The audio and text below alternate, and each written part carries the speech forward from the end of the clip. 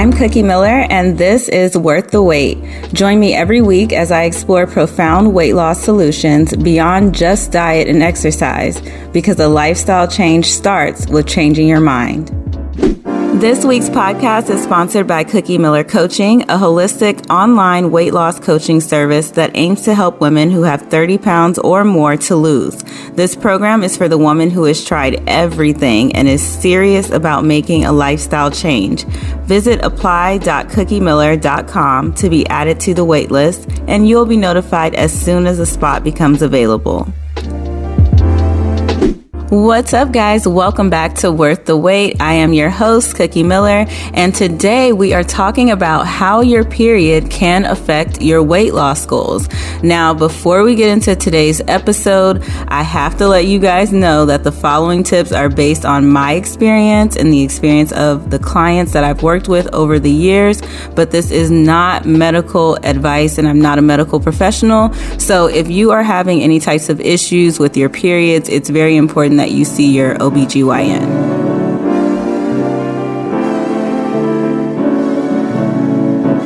So these tips even apply in perimenopause or menopause stages of life. Unfortunately, a lot of us did not learn much about how the female body actually works growing up. So this was something that I didn't even fully understand until I had a really bad experience with birth control myself. And I actually shared that experience in episode 2. So you guys can go back and watch episode 2 if you would like to hear more about that. So let's start with the basics. For most women, your cycle is going to last about 28 days, and day 1 through day 14 are called the follicular phase. This phase starts with the first day of your period, and then day 15 through day 18 are called the luteal phase, and this begins after ovulation. So now we're going to talk about how you can use this information to reach your fitness goals. Okay, so let's start with the follicular phase. So during this time is when estrogen is high, progesterone is steady, and then on day 14 is where ovulation actually begins. So what does this really mean? Well, it means that you are probably feeling really good around this time of the month or this time of your cycle. And so your energy is up, you're in a generally good mood, you're feeling less bloated. So this is the time where I say schedule your photos, schedule your measurements during this time. And I like to have my clients actually do their photos and their measurements around this time. And usually we aim for somewhere around day 6 to day 14. So this is also a good time for you to really go hard in the gym. Maybe you want to try to lift heavier, do more reps, or see if you can increase your strength, or maybe take a really difficult class that you've kind of been eyeing. But this is the time where you want to try those new things and try to go really, really hard. Maybe see if you can hit some PRs during this time. Now, if you're doing any type of intermittent dieting, like maybe carb cycling, or you fluctuate your calories like up and down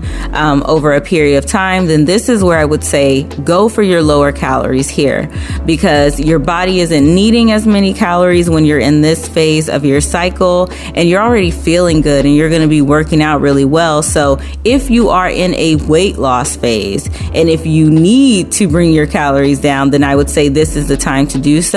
I'm not recommending that you just bring your calories down because you're in this phase, but I'm just saying that when you have caloric adjustments, try to make them within the follicular phase. Lots of people tend to fail because what they do is they try to go for super, super low calories during the luteal phase without really realizing, what's going on in their body. And so it's really difficult to make that adjustment whenever you are in the luteal phase because there's some things going on. So let's go ahead and talk about that phase. During the luteal phase, the estrogen tends to decline, your body temperature rises, and this even happens for women in menopause. So for all my ladies who are in this stage of life, it is very important that you track your moods, track your symptoms. I understand not having your period anymore. Maybe if you're slowly starting to, your period is slowly starting to end, then it kind of seems like, well, why would I be tracking my period? But like I said, even for women who are in the perimenopause and menopause stage, it is very helpful to use an app like Flow to track your cycle. And they even have a menopause option, so definitely consider checking that out. If you start to track your moods and symptoms for like a couple of cycles, it'll really help you to figure out what your phases are. Since you're not actively seeing like a period, it's kind of hard to figure it out, but you'll start to see the patterns, and then you'll know exactly where you are in your cycle, and that way you can move accordingly. Now, after ovulation, you tend to experience like high sugar and carb cravings, right? So we all know, like, when it's period time, some people want chocolate, or they want to have like chips or sweets, or, whatever. This is not just by happenstance, or this is not just like a self-soothing type of thing that's going on. We're craving these things because of how our hormones are changing. So to me, this is the time to go for high protein, whole, satiating foods, even though I'm sure if you're anything like me, you're craving ice cream and things like that, but you really want to try your best to go for the whole foods, the protein sources, because those are the things that are going to keep you full and keep you satiated, and then just leave a little bit of room for the extra stuff that you want. Since your body is automatically working harder during this phase, this is where you can allow yourself to have some extra calories. Now, I usually give my clients anywhere between like 100 to 300 extra calories during this phase of their cycle. So usually right before the period starts, right? Like that maybe week or so of PMS symptoms, kind of depending. That is where I say, okay, let's go for a little bit higher calories. And that usually also helps to cover any of the cravings that you're having. So you don't feel like you're kind of not being able to have anything. And on top of that, you're experiencing all of these awful symptoms.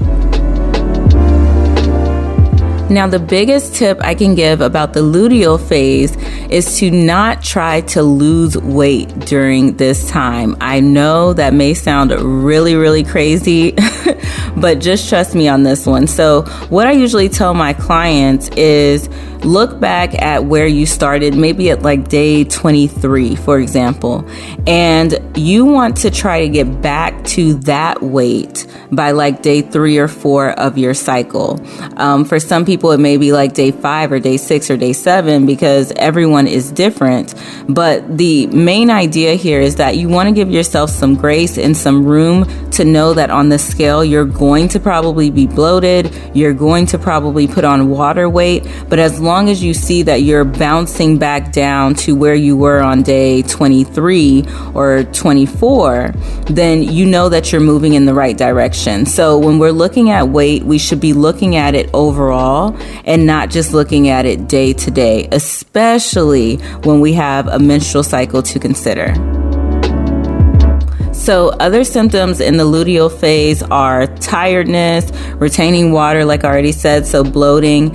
And so for your weight training, this means that you're going to be taking it a little bit easier. You're not going to be going for huge PRs or personal records. You're going to keep your workout regimen up, but you're just not going to be going for any major strength gains during this time.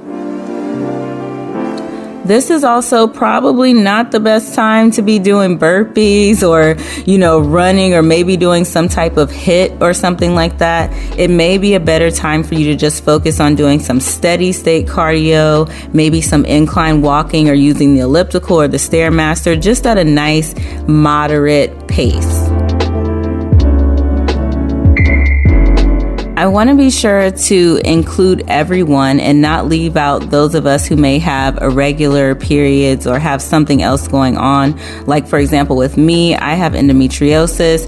I have a lot of clients who have PCOS. So things like that are going to obviously change how we look at this entire cycle. So your period may be longer or heavier or more painful. And so some of the tips may need to be adjusted.